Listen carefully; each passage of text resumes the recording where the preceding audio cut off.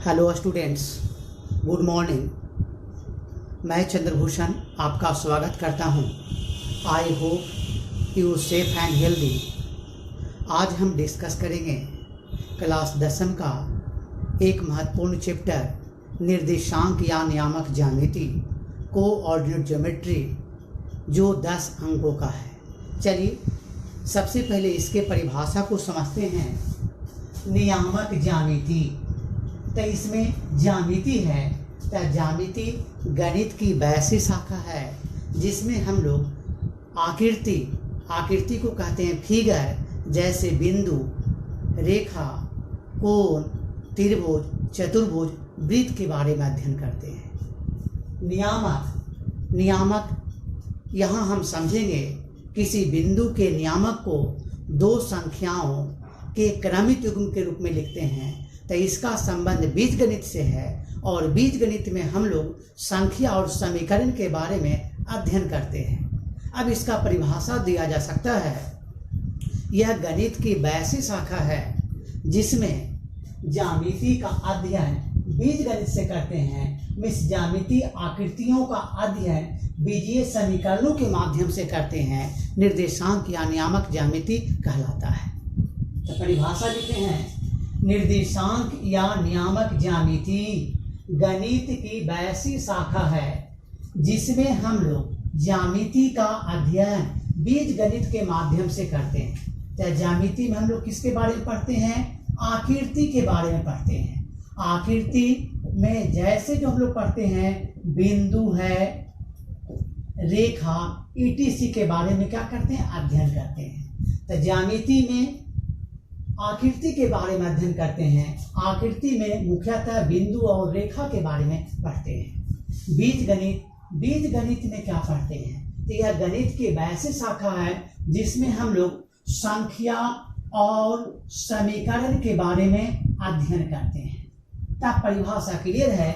निर्देशांक या नियामक ज्यामिति गणित की वैसी शाखा है जिसमें हम लोग ज्यामितीय आकृतियों का अध्ययन बीजीय समीकरणों के माध्यम से करेंगे, तो वह क्या कहलाता है? निर्देशांक ज्यामिति कहलाता है। इसका और भी नाम है। इसमें ज्यामिति का विश्लेषण जो करेंगे बीजगणित से करते हैं, इसके चलते इसका जो नाम जो पड़ा विश्लेषणात्मक ज्यामिति पड़ा। विश्लेषणात्मक ज्यामिति इसका नाम कैसे पड़ा? तो इसमें ज्यामिति का जो विश्लेषण करेंगे बीजीय समीकरणों के माध्यम से करेंगे, तो इसके चलते इसका नाम पड़ा विश्लेषणात्मक ज्यामिति, एनालिटिकल ज्योमेट्री। इसका और भी नाम है। इसमें किसी बिंदु का जो नियामक होता है दो संख्याओं के क्रमिक युग्म के रूप में रहता है। तो इसमें बिंदु का जो निर्धारण जो करते हैं, बिंदु का जो निर्धारण करेंगे दो संख्याओं के क्रमिक युग्म। क्रमिक युग्म कैसे लिखाता है? पहला संख्या लिख देंगे, कॉमा लिखेंगे, दूसरा संख्या लिख देंगे, छोटी कोष्ठक से बंद कर दिए। तो इसमें बिंदु का जो निर्धारण करेंगे ये दो संख्याओं के क्रमिक युग्म के रूप में करते हैं। इसके चलते इसका जो नाम जो पड़ा द्विविमीय ज्यामिति। द्विविमीय ज्यामिति को अंग्रेजी में कहते हैं टू डायमेंशनल ज्योमेट्री।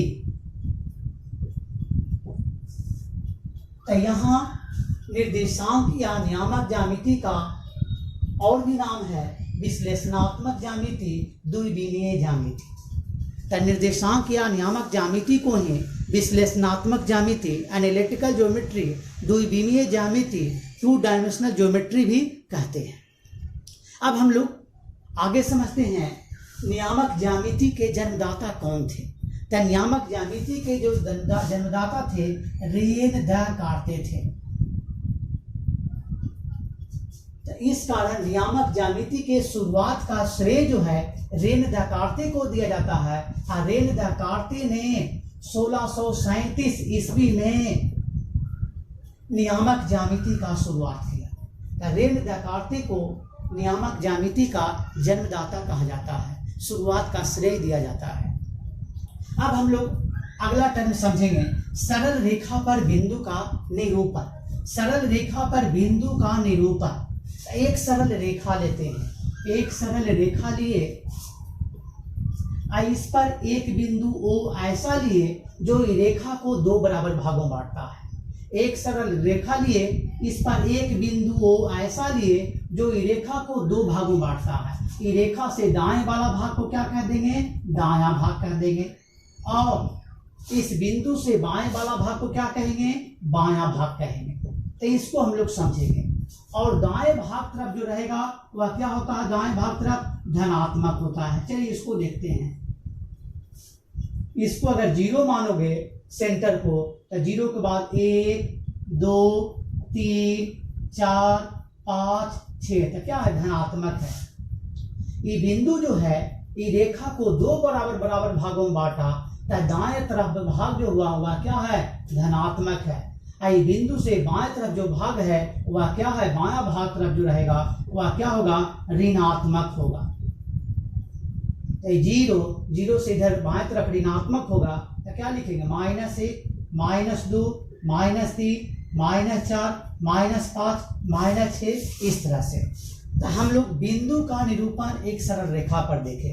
एक सरल रेखा लिए, इस पर एक बिंदु O वैसा लिए जो रेखा को दो भागों बांटा। ये रेखा को दो भागों बांटा, ये रेखा के जो रेखा को दो बराबर भागों बांटा, इस बिंदु से दाएं वाला भाग को दायां भाग कहेंगे, और इस बिंदु से बायां वाला भाग को बायां भाग कहेंगे, और इस बिंदु से दाएं तरफ क्या देख रहे हैं, धनात्मक दिख रहे हैं। इस बिंदु से बाएं तरफ क्या दिख रहे हैं, ये सब क्या है, ऋणात्मक दिख रहे हैं। तो हम लोग समझेंगे, अगर इसको सेंटर को मूल बिंदु कहेंगे, अगर 0 कहेंगे, तो 0 के दाएं तरफ धनात्मक है और 0 के बाएं तरफ क्या है, ऋणात्मक है।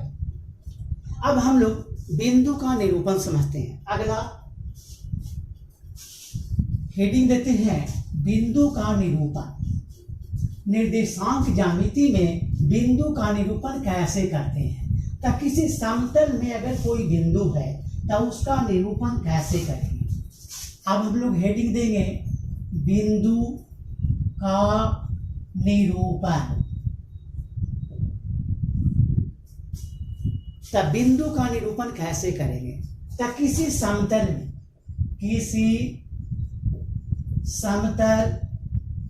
में किसी बिंदु का निरूपण, किसी बिंदु का निरूपण दो परस्पर लंबवत रेखाओं के कटान बिंदु, दो परस्पर लंबवत रेखाओं के कटान बिंदु को क्या कहते हैं, मूल बिंदु कहते हैं, के सापेक्ष ज्ञात करते हैं। अब इसको हम लोग समझेंगे। तो यहाँ दो परस्पर लंबवत रेखा लेंगे। तो पहला क्षैतिज रेखा लेंगे, और इस पर लंबवत वो एक उदग्र रेखा लेंगे, वर्टिकल लाइन लेंगे। ये क्षैतिज रेखा है, इसको एक्स अक्ष कहते हैं। ये जो उदग्र रेखा है इसे वाई अक्ष कहते हैं, और लंबवत होगा। हमें लेना है दो परस्पर लंबवत रेखा। तब पहला क्षैतिज रेखा लिए जिसको क्या कहेंगे, एक्स अक्ष। उदग्र रेखा लिए जो वाई अक्ष, लंबवत लेना है, लंबवत लिए। अब इसके कटान बिंदु को, एक्स अक्ष और वाई अक्ष कट रहा है इस बिंदु को, तो कटान बिंदु को मूल बिंदु कहते हैं। और मूल बिंदु को अंग्रेजी में क्या कहेंगे, ऑरिजिन कहेंगे। ऑरिजिन का पहला अक्षर क्या है, ओ है, तो इसको ओ से सूचित करते हैं। तो यहाँ देखे थे ओ के दाएं तरफ धनात्मक है तो एक्स लिखे हैं, इधर ऋणात्मक होगा तो एक्स डैश लिए। इसी प्रकार यहाँ जो ये मूल बिंदु से ऊपर धनात्मक है और नीचे चलेंगे तो ऋणात्मक होगा, तो इधर वाई है तो इधर क्या लिखेंगे, वाई डैश लिखेंगे। अब यहाँ हम लोग समझेंगे कि जो पहला क्षैतिज रेखा लिए एक्स ओ एक्स डैश, क्षैतिज रेखा कौन है, एक्स ओ एक्स डैश, इसको क्या कहते हैं, एक्स अक्ष कहते हैं। उदग्र रेखा वाई ओ वाई डैश, उदग्र रेखा कौन है, वाई ओ वाई डैश, इसको क्या कहते हैं बाबू, तो इसको जो कहते हैं वाई अक्ष कहते हैं। और एक अक्षों के कटान बिंदु है, यहां देखेंगे अक्षों के क्या है, कटान बिंदु है। तो यहाँ से नोट में करके पॉइंट लिखते हैं। पहला जो है यह एक्स अक्ष है, यह वाई अक्ष है के कटान बिंदु। तो इसको हम लिखते हैं एक्स अक्ष और वाई अक्ष को लिखेंगे अक्षों के कटान बिंदु। अक्षों के कटान बिंदु को इसको क्या कहते हैं? मूल बिंदु कहते हैं। मूल बिंदु कहते हैं। मूल बिंदु को अंग्रेजी में क्या कहते हैं? ऑरिजिन। इसको सूचित कैसे करेंगे? ओ से करते हैं। सूचित जो करेंगे ओ से करते हैं। इसका नियामक क्या होता है? तो इसका नियामक क्या होगा इसको हम लोग समझें। तो हम लोग पहले बिंदु का निरूपण कर लेते हैं, तो मूल बिंदु का नियामक पता चल जाएगा। तो बिंदु का निरूपण कैसे करेंगे? किसी समतल में किसी बिंदु है, तो ये बोर्ड मेरा समतल है, तो इसमें कोई बिंदु है, बिंदु को अंग्रेजी में पॉइंट कहते हैं, सूचित कर रहे हैं बी से। अब इस बिंदु का निर्धारण कैसे करेंगे? तो दो परस्पर लंबवत रेखा के कटान बिंदु को क्या कहते हैं? मूल बिंदु के सापेक्ष इसका निर्धारण करते हैं। तब बिंदु P से एक्स अक्ष पर क्या है? लंब खींचा। अब बिंदु P से वाई अक्ष पर क्या खींचा? लंब खींचा। तो ये बिंदु हो गया। एक्स अक्ष पर स्थित बिंदु अगर एम है, वाई अक्ष पर स्थित बिंदु अगर एन है, तो ये क्षैतिज दूरी है। तो क्षैतिज दूरी को क्या कहते हैं? एक्स अक्ष वाला दूरी है तो एक्स कहेंगे। ये उदैर्घ्य दूरी है, वर्टिकल डिस्टेंस है। वर्टिकल डिस्टेंस मींस वाई अक्ष है, तो इस दूरी को क्या कहेंगे? वाई कहेंगे। यहाँ ओ एम समानांतर है एन पी के, तो एक्स है, तो यह दूरी क्या होगा? एक्स होगा। यहाँ ओ एम समानांतर है एम पी के, तो यह दूरी वाई है, तो यह दूरी क्या होगा? वाई होगा। अब बिंदु P का नियामक मालूम हो गया। बिंदु P का नियामक कैसे मालूम कर लिए? तो मूल बिंदु से चलेंगे। मूल बिंदु के सापेक्ष ज्ञात करेंगे। तो मूल बिंदु से क्षैतिज डिस्टेंस कितना चले? मूल बिंदु से क्षैतिज दूरी चले x, और उसके बाद उदैर्घ्य दूरी चले कितना? y। ऐसो क्रमिक के रूप में लिख दीजिए। तो P तक कैसे पहुंचे? मूल बिंदु से चलना है। तो मूल बिंदु से पहले क्षैतिज चलेंगे तो x, और उदैर्घ्य में चले तो क्या है? y है। तो P का नियामक हो गया x और y हो गया। तो क्षैतिज दूरी x लिखेंगे, कॉमा देंगे, y लिखेंगे, क्रमिक के रूप में छोटी कोष्टक लगा देंगे। तो P का नियामक क्या हो गया? x y हो गया। इसको भी समझेंगे। तो हम लोग आप समझ सकते हैं कि किसी बिंदु P का कार्तीय नियामक क्या होता है। दूसरा पॉइंट लिखेंगे, किसी बिंदु समतल में किसी बिंदु P का कार्तीय नियामक लिख रहे हैं। हम लोग जो भी पढ़ेंगे वह यहाँ कार्तीय नियामक पढ़ेंगे। तो कार्तीय नियामक क्या हो गया? तो P का कार्तीय नियामक x हुआ और y है। तो P का नियामक हम लोग ध्यान देंगे, P का नियामक x है, y है। तो पढ़ाए थे किसी बिंदु का जो नियामक है उसको दो संख्या के क्रमिक के रूप में लिखते हैं। तो पहला जो संख्या होता है वह x नियामक होता है, दूसरा संख्या जो होता है y नियामक होता है। और यह भी पढ़े आएंगे कि x नियामक को ही क्या कहते हैं? भुज कहते हैं, और y नियामक को ही क्या कहते हैं? कोटि कहते हैं। भुज को अंग्रेजी में अब्सिसा कहते हैं, कोटि को क्या कहते हैं? ऑर्डिनेट कहते हैं। तो किसी बिंदु P का कार्तीय नियामक जो होता है, पहला संख्या x होता है, दूसरा संख्या y, और x को ही भुज कहते हैं, अब्सिसा कहते हैं, y को कोटि ऑर्डिनेट कहते हैं। अब हम लोग तीसरा पॉइंट और इसी में समझेंगे। तीसरा क्या है? x अक्ष पर स्थित बिंदु। x अक्ष पर स्थित बिंदु कौन है? एम है। तो इसका नियामक क्या होगा इसको समझेंगे। एम का नियामक क्या होगा? तो इसमें मूल बिंदु से चलेंगे तो क्षैतिज दूरी चल दी x, उदैर्घ्य में कुछ नहीं चले तो क्या होगा? 0 हुआ। तो x अक्ष पर बिंदु का नियामक, तो x अक्ष कहेगा तो x अक्ष पर बिंदु का नियामक x नियामक रहेगा, और y नियामक क्या होगा? 0। तो x अक्ष पर y नियामक क्या होता है? 0 होता है। x अक्ष पर क्या होता है? y नियामक क्या होता है? 0 होता है। इसी में अगला पॉइंट एक देखते हैं, y अक्ष पर। तो y अक्ष पर स्थित बिंदु कौन है? n है। तो इसका नियामक क्या होगा? तो यहाँ मूल बिंदु से चलेंगे। जब भी चलना मूल बिंदु के सापेक्ष बिंदु का निर्धारण करते हैं। तो मूल बिंदु से क्षैतिज दूरी क्या है? 0 है, और उदैर्घ्य दूरी क्या है? y है। तो एन का नियामक क्या हो गया, क्षैतिज दूरी 0 और ऊर्ध्वाधर दूरी क्या है, y है। तो y अक्ष पर स्थित बिंदु का नियामक, देखिए y नियामक है लेकिन x नियामक क्या होगा, 0 होगा। तो y अक्ष पर स्थित बिंदु का x नियामक 0 होता है, यानी x y तल में स्थित बिंदु का नियामक रहेगा, या x y तल में स्थित बिंदु का नियामक रहेगा, तो x भी रहेगा y भी रहेगा।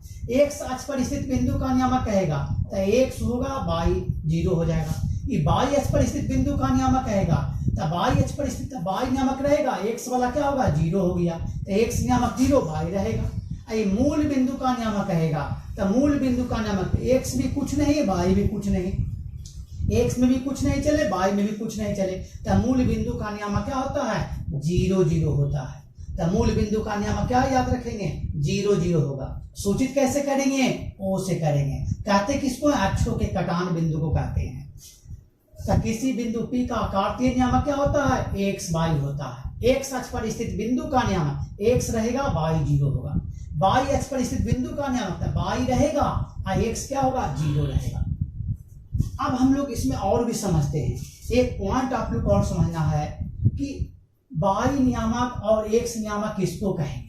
तो बिंदु P से कौन अक्ष है, y अक्ष है। बिंदु P से y अक्ष पर खींचे गए लंब की जो लंबाई हुआ, इसको x नियामक या भुज कहते हैं।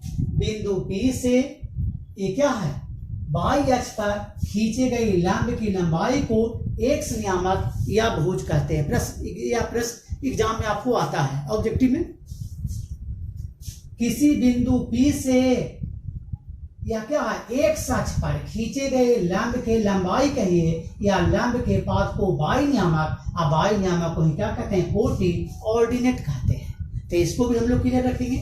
किसी बिंदु P से y अक्ष पर खींचे गए लंब की लंबाई को x नियामक या भुज कहते हैं। किसी बिंदु P से x अक्ष पर खींचे गए लंब की लंबाई को y नियामक या क्या कहते हैं, कोटि कहते हैं। अब हम लोग इसमें एक और टर्म को देखते हैं, चतुर्थांश या चरण कहते हैं, उसी को क्या कहते हैं, पाद कहते हैं। इसको हम लोग समझते हैं।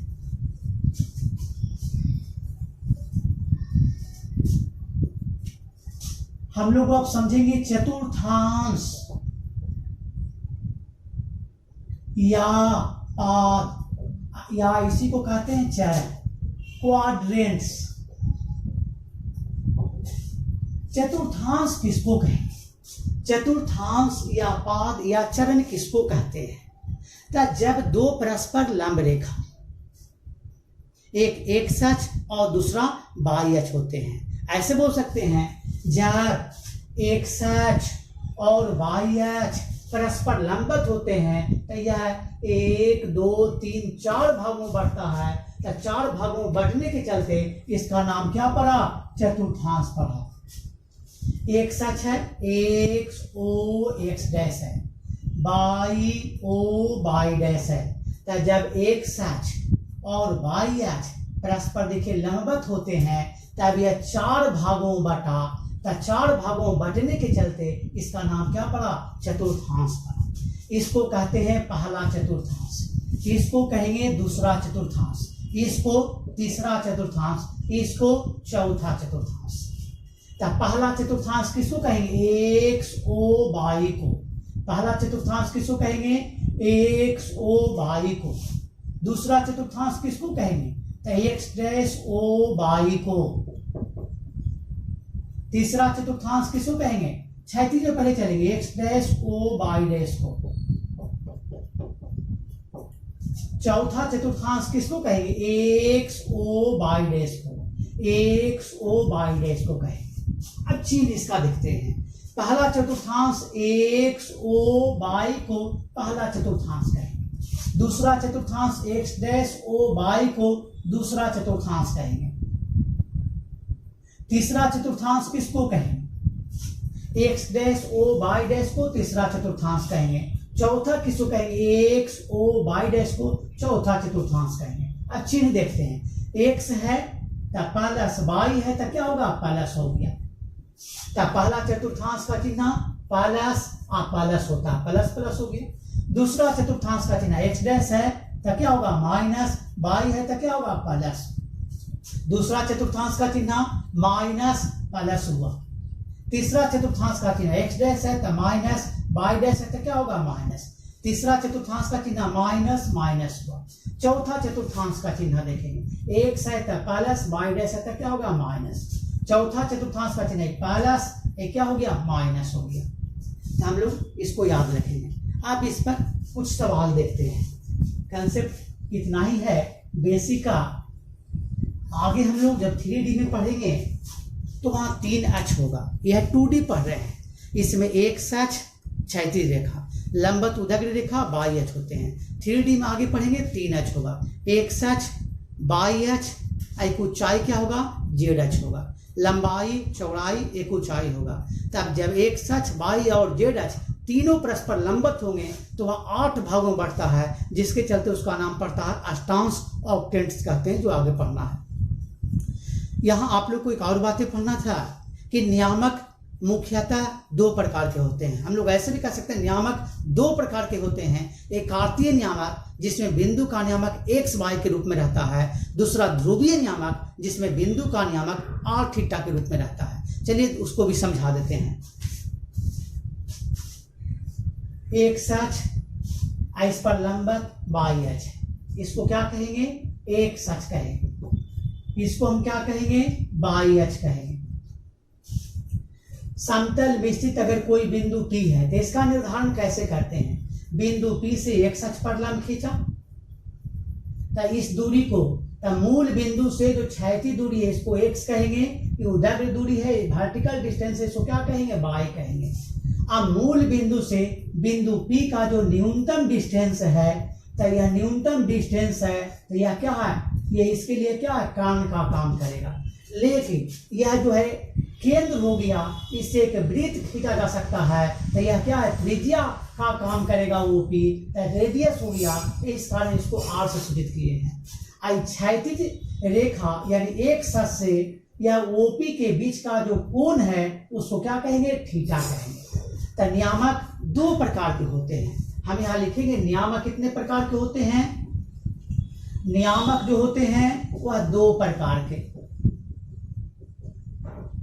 पहला जो है कार्तीय नियामक जो पढ़ना है, कार्टेशियन कोऑर्डिनेट। इसमें किसी बिंदु का जो नियामक रहता है x y, तो किसी बिंदु का नियामक क्या रहता है x y के रूप में, x होगा y होगा। पहला नियामक x होगा, दूसरा क्या होगा y होगा। दूसरा जो होता है ध्रुवीय नियामक होता है।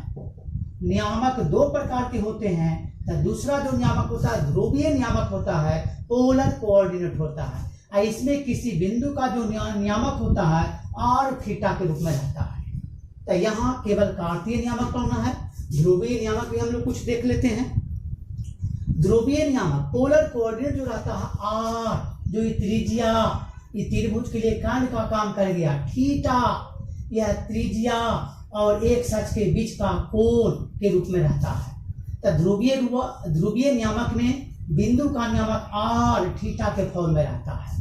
अब संबंध कहेगा आपसे, अगर x y कहेगा कार्तीय देले है तो ध्रुवीय में कैसे बदलोगे, यानी ध्रुवीय x y आपको गिवन है तो r थीटा लाना है। तो यहाँ हम लिखेंगे यहाँ r बराबर, तो r क्या है इस त्रिभुज के लिए कर्ण का काम कर गया था। कर्ण बराबर होता है रूट अंडर आधार का स्क्वायर प्लस लंब का स्क्वायर होता है। x और y का मान रख देंगे, r निकल जाएगा। अब हमको थीटा चाहिए तथा चलेंगे tan थीटा बराबर, tan थीटा बराबर चलेंगे तो लंब बटा होता है आधार, तब y बटा x हो गया, तो इससे थीटा निकल जाएगा। tan बराबर के दूसरे साइड में जाता है tan इनवर्स y बटा x लिख देंगे, y और x का मान रख देंगे, तो tan का मान कुछ विशेष कोणों पर पड़े हैं तो उससे थीटा निकल जाएगा। तो x y जब दिया हुआ रहेगा तो उससे r निकाल लेंगे और थीटा निकालेंगे, ध्रुवीय रूप में कन्वर्ट हो जाएगा। अगर ध्रुवीय रूप दिया हुआ है, कहेगा कार्तीय रूप x y लाइए, कैसे बदलेंगे उसको भी समझाते हैं। चलिए उसको भी समझ लीजिए, यहां समझ लीजिए। यहां cos थीटा बराबर, चलिए तो cos थीटा बराबर होगा आधार बटा कर तो x बटा r हो गया, तथा चलेंगे sin थीटा बराबर होगा लैम्ब बटा कर तब y बटा क्या हो गया r हो गया। अब इससे x निकाल दीजिए तो x बराबर r इधर चला गया r इंटू कॉस थीटा, इससे आप y निकाल लीजिए r बराबर के दूसरे साइड में क्या गुना में तो r into sine theta, r का थीटा का मान रख देंगे तो x निकल गया, r का थीटा का मान इसमें रख देंगे तो y निकल जाएगा। तो इस तरह से ध्रुवीय नियामक से हम कार्तीय नियामक में बदल सकते हैं। तो इसके लिए x बराबर क्या होता है r cos थीटा, y बराबर क्या होता है r sin theta. r theta दे रहेगा तो x y निकालेंगे, ध्रुवीय दे रहेगा तो कार्तीय निकालेंगे। अगर आपको कार्तीय दिया हुआ है ध्रुवीय निकालना है तो इसके द्वारा ज्ञात करेंगे, इसके द्वारा r निकालेंगे थीटा निकालेंगे। यह आगे आपको पढ़ना है, क्या डिटेल में जब पढ़ोगे आप इसको भी समझ सकते हो। काहे आप लोग को भर पढ़ाते हैं concept are permanent but question are temporary. Concept जो है परमानेंट है बट क्वेश्चन जो है टेम्पोररी होता है। और हम लोग भी समझेंगे slow and steady win the race, धीमा चलो लेकिन लगातार चलो, कंटिन्यूअस होगा, रेस आप जीतोगे, पढ़ाई में आप अच्छा करोगे। एक और भी आप लोग समझो, a little learning is dangerous for thing, कम पढ़ना काफी हानिकारक है। ये नहीं कि चलो हम कम कंसेप्ट पढ़ेंगे कम कंफ्यूजन होगा। हम लोग एक बार प्रोवर्ब पढ़ाते हैं no concept no confusion, more concept more confusion. जितने कम कंसेप्ट पढ़ेंगे उतना ही कम कंफ्यूजन होगा, जितना ज़्यादा कंसेप्ट सीखेंगे उतना ज़्यादा कंफ्यूजन होगा। लेकिन हमको पढ़ना है, ये नहीं खाली बोर्ड एग्जाम है उसके लिए चलो 2-4 अंक का सवाल पढ़ लिए एग्जाम में आता है उससे मतलब नहीं है। आपको पूरा थॉरो नॉलेज चाहिए, पूरा डिटेल में नॉलेज चाहिएगा। तो इसके लिए आप लोग पूरा कंसेप्ट को कमांड करना पड़ेगा। कंसेप्ट क्लियर रहेगा आपका रिजल्ट क्लियर होना है। चलिए अब हम लोग इससे रिलेटेड कुछ एग्जाम्पल देखते हैं।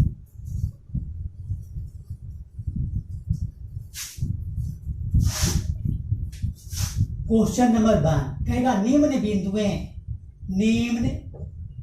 बिंदुएं कहेगा किस चतुर्थांश में स्थित है, या निम्न बिंदुएं किस चतुर्थांश में है। क्वेश्चन दे दिया, पहला अगर बिंदु है कहेगा 1 2, दूसरा बिंदु है -2 1, तीसरा बिंदु है -1 -2 और चौथा बिंदु है 1 -5। बताना है, आंसर देना है। तो पहला देखना है, यहाँ x नियामक प्लस है y नियामक प्लस है, प्लस प्लस पहला चतुर्थांश का चिन्ह होता है। तो बिंदु 1 2 पहला चतुर्थांश में स्थित है। इसी प्रकार दूसरा का आंसर देंगे, -2 1 है, x नियामक माइनस में है y नियामक प्लस में है। तो माइनस प्लस जो है पढ़ाए हैं दूसरा चतुर्थांश का चिन्ह है, माइनस प्लस जो है दूसरा चतुर्थांश का चिन्ह है। तो -2 1 दूसरा चतुर्थांश में स्थित है।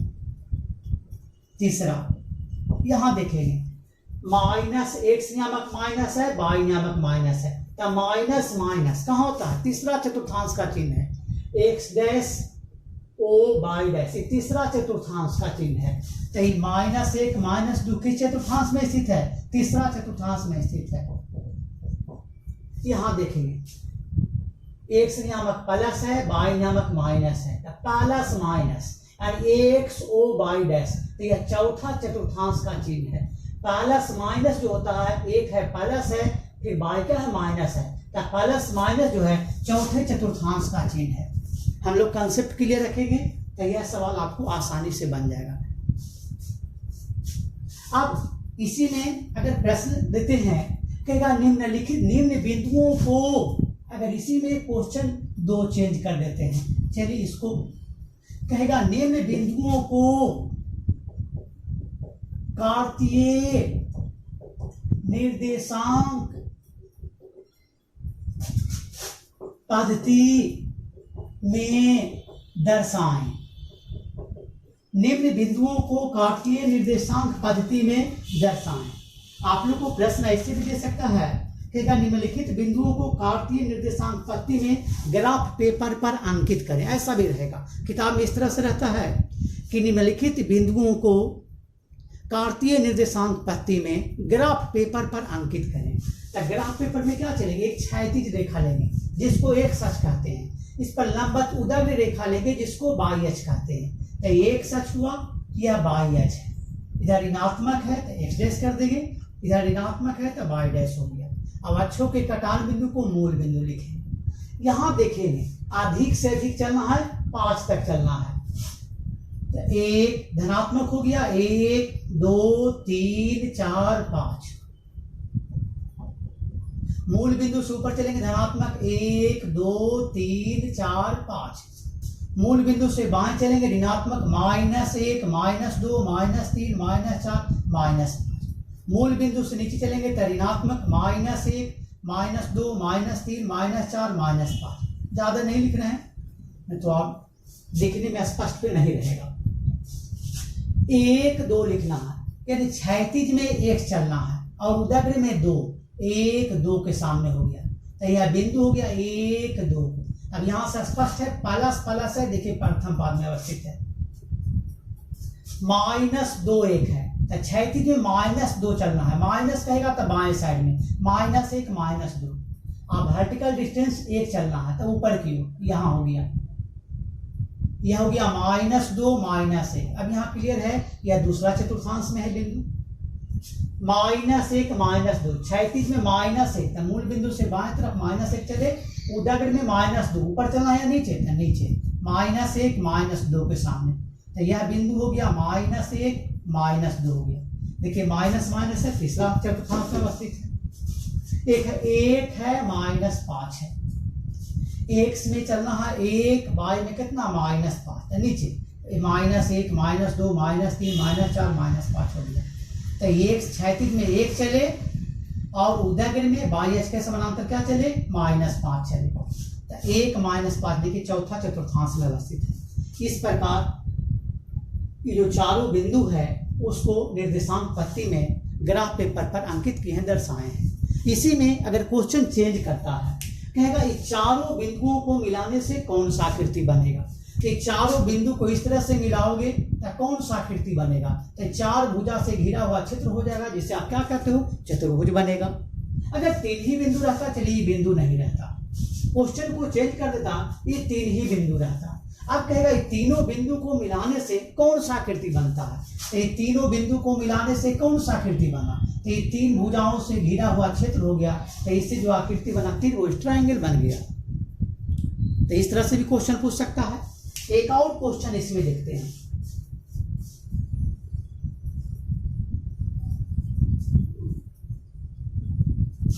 एक और क्वेश्चन है, एग्जाम्पल में देख रहे हैं। क्वेश्चन जो है, बिंदु जिसका वाई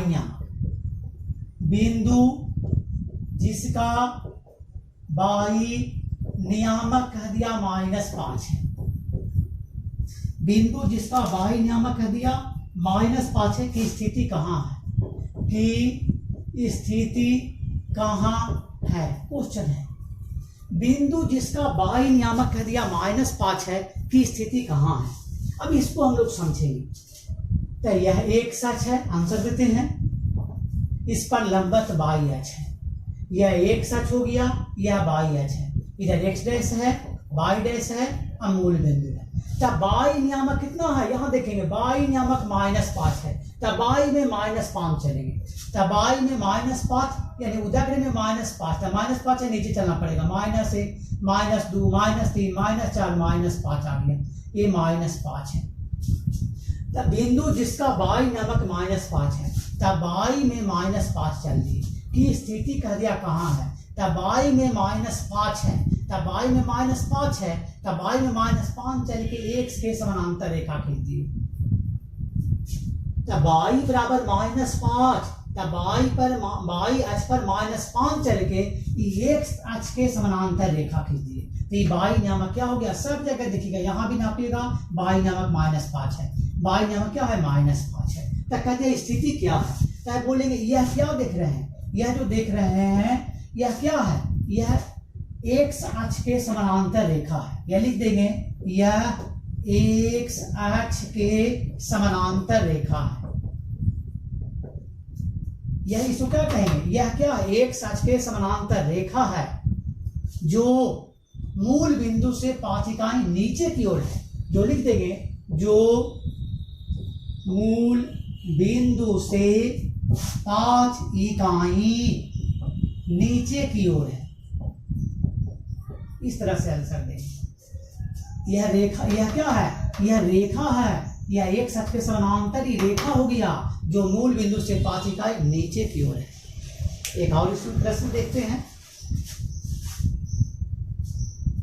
प्रश्न संख्या 4। आपको इसका पीडीएफ भी मिल जाएगा, वीडियो को आप ध्यानपूर्वक समझोगे। एक और क्वेश्चन है इसमें, किसी आयत के 3 शीर्ष दिए हैं। किसी आयत के 3 शीर्ष दिया हुआ है। पहला शीर्ष है -2 0, दूसरा शीर्ष है 2 0, तीसरा शीर्ष है 2 1 है। तो कह दिया चौथे शीर्ष ज्ञात करें। चौथे शीर्ष बराबर भार। यदि आयत के 3 शीर्ष का नियामक दिए हैं तो चौथे शीर्ष का कथा नियामक ज्ञात करें। तो आप ज्यामितीय आकृति का सहारा लीजिए। इसका आंसर दे रहे हैं, हल करते हैं। एक साथ इस पर एक लंबवत रेखा जो लिए बाई अक्ष, x by x dash by dash, अब अक्षों के कटान बिंदु मूल बिंदु। अब चलना है इसमें 2 तक चलना अधिक से अधिक।